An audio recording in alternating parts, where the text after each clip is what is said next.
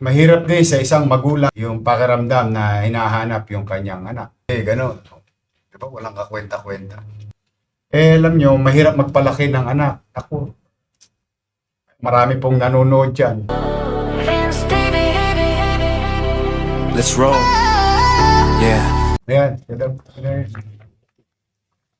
Ito po. Pakita mo muna yung litrato ng ayan po sila. Yung dalawa po, puro kayo dyan, no?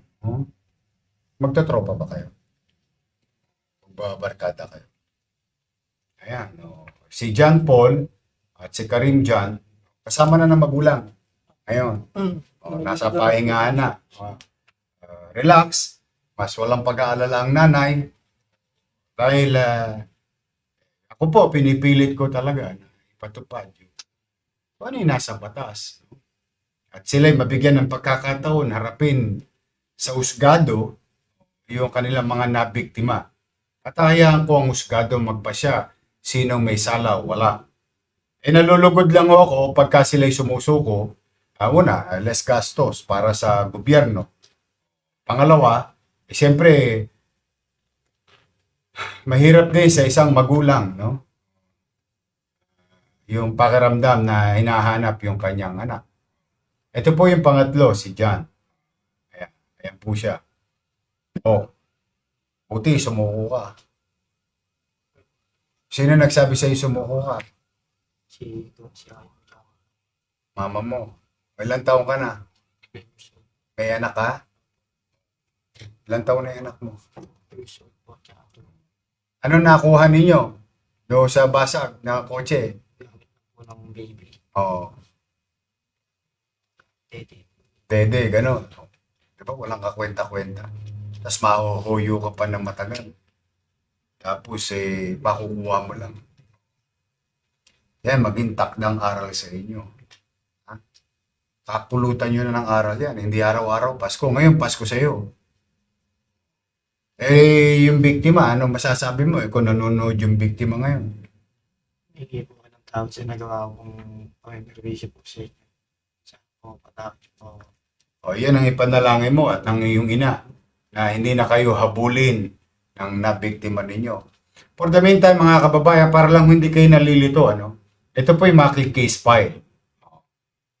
Kasi, alam niyo yan, nagtago sila, nag-prosper yung kaso o may nagkaso, mawawaranto sila. Doon po ako lagi kinakabahan, lalo na itong mga to, 25 anyos, 22 anyos, 20 anyos, ang babata.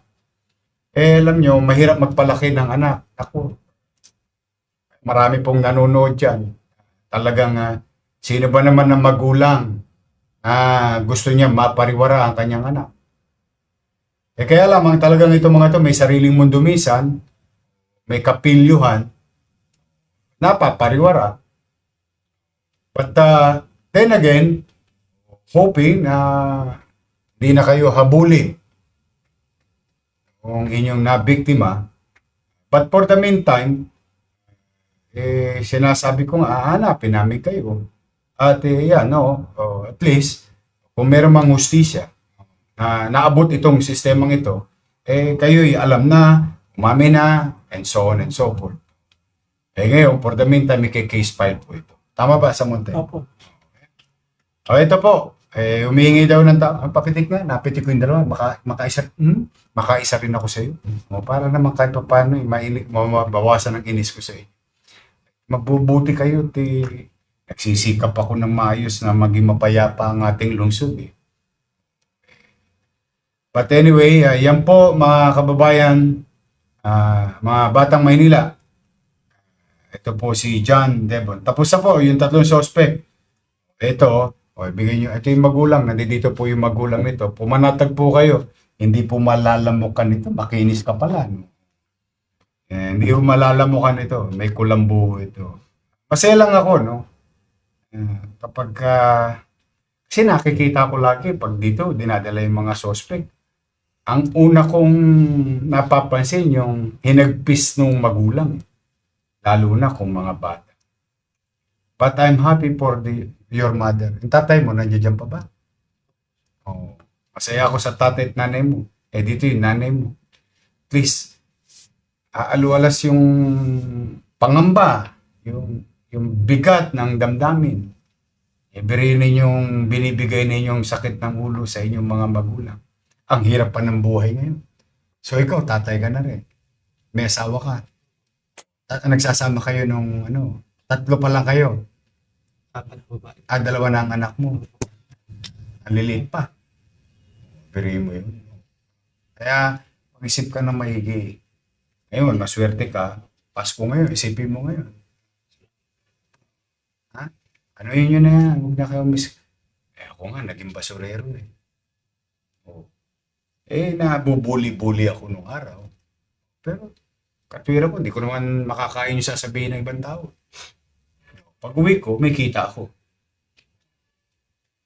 Lalo ka na, tatay ka na rin. Ilang taon na nanay mo? 45. 45 ka na? 49 po. 49. 50 na po ako sa May. Oh, konti na lang, pareho tayo. Matagal na 25 sa atin dalawa. 51 na ako eh. Kung ang lifespan ngayon ng sa panahon natin, 75, di 25 years mo na lang makakasama ang magulang. Sa 25 ba naman na yun puro samapan ng loob ang ibibigay. Pamisa-misan, rin kayo. Mga kabataan, masarap may kaibigan. Ito si-share ko lang. I think nasabi ko na to dati. Pero sasabihin ko ulit, yung sinabi sa akin ng nanay ko. Sa mundong ibabaw, hindi ka makakapamili ng magulang. May word na sinabi sa akin ng nanay ko, kaya lang hindi palatable sa general public. Hindi ka makakapamili magulang. Panganganak ka sa magulang na mayaman, katamtaman, o mahirap na pamumuhay. So, pero hindi mo mapipili ang magulang. Pero isang bagay na mapipili mo ay mga kaibigan. Makakapamili ka ng kaibigan. Kung sa tingin mo mapapariwara kayo, doon kayo umiwas. Biri mo, 25 ka na, pinag-aalala ka pa ng nanay mo. Sa totoo, yung edad na yan, buntot mo, hila mo na yan. Yan ang katotohanan niya. But for now, masaya ako para sa inyo, mga taga Maynila kayo. I hope, pag hindi kayo kasuhan nung biktima ninyo, at pag sinabi ko kahapon to, pagka kinasuhan kayo, haharapin mo huwag mong tatakbuhan. Humingi na lang kayo ng tawad sa kanya. Pero pag kinasuhan kayo, huwag mong tatakbuhan.